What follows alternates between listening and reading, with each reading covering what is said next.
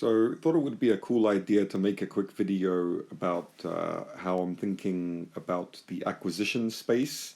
As you may be aware, I've created a acquisition entrepreneurship mastermind group. There are a bunch of people who've joined it already. I think we're at like 65 or so.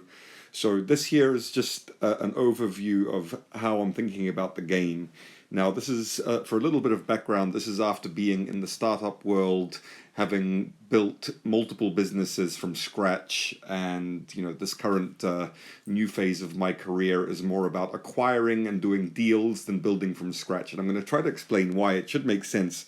So we'll start with the philosophy. It's about buying revenue or buying survivors. This here, when you acquire a solid, healthy venture, what you're actually doing is kind of taking advantage of all the failed attempts. You're buying something that's actually succeeded, found product market fit, built up a customer base, etc. So that's one of the main things to keep in mind. Your odds of success are much higher. So even if you have a startup vision or a dream, it's much better to incept that vision through an existing venture that's related somehow. Like if you're doing a cosmetics line and you buy a business that already has distribution in hundreds or thousands of stores around the world, then you've kind of taken care of all that heavy lifting that you'd normally have to do. So that's one concept. You only want to buy things which have demonstrated solid growth. That's like on a brick and mortar business, that's like 3 years of sales growth, profit growth as well. So that's one thing to keep in mind. That you want to have a realistic multiple. The average business in the US average small business sells for around 2 times earnings, which is pretty awesome if you think about it. So you can kind of pay it back in 2 years, and you can be very smart and creative about the financing and structuring of the deal. So that's a little bit of background on the philosophies. Now, where I'm at the moment is like there are two to three main possibilities in terms of the financing option or the approaches. First of all is digital businesses. Okay, so we'll start with that. Now, these can be examples like apps, e-commerce stores, etc. The pros of the digital businesses are they're easily transferable, they're easily verifiable, they're simple to kind of figure out generally. They're and automate and everything like that. Low overheads, location independent, that kind of thing. The cons are that they're a little bit volatile or risky. A lot of the time, you're at the mercy of algorithms, Google search algorithm, etc. So or Facebook advertising algorithms, etc. So they can be a little bit volatile or risky. Here today, gone tomorrow, that kind of thing, depending on how things change. So if you're doing a digital business, you want to make sure that your traffic sources, revenue sources are diversified. That means like search, social media, organic paid search, etc., etc. So those are a couple of thoughts there. In terms of brick and mortar, this is where it gets kind of interesting, or this is also kind of interesting.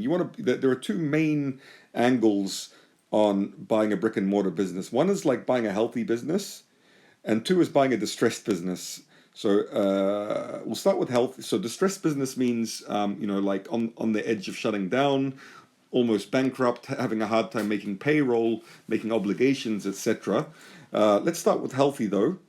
So the kind of approach to this here is, especially in terms of the boomers, which is kind of like the interesting macroeconomic trend. So there are 11,000 baby boomers retiring now every day.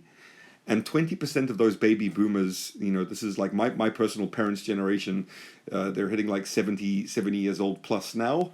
They've got these businesses, 11,000 retiring per day, 20% of that 11,000 have their own business. And then there are crazy statistics about, how many businesses are going on sale per year. Only 1 in 12 in the US is being sold per year. That leaves a glut of unsold businesses that are pretty healthy and ripe for the takings. And the way that you can acquire them is via leverage buyout techniques, seller financing. Like the seller actually takes a lot of the burden of the financing for the business as well.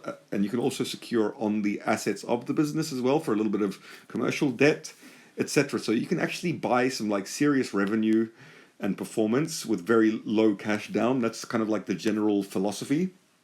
So that's in terms of the healthy ventures. In terms of distressed businesses, you're looking at buying them for $1 or £1 or whatever, and then turning them around.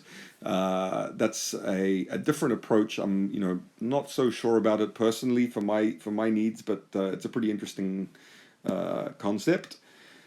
And then there's like just a briefly touch on this, some financial engineering kinds of things where like for example, there is like I said before, the average multiple on a small business is 2 times. The average multiple on a public business is 10 times. So if you collect together a whole bunch of small businesses, there's some pretty nifty things you can do to put them all together, create something bigger, list it publicly, and kind of do a little bit of arbitrage on the valuations and the multiples. So that's something I'd be looking at in the medium term. When I found the right people who can walk me through that. Roll ups is buying like a whole bunch of related businesses, putting them together. Synergizing, reducing costs, that kind of thing. So I'll be looking at these kinds of things. So that's a quick overview. Hope you enjoy. Let me know if you'd like to learn more or jump into the group, and thank you for your attention. Bye.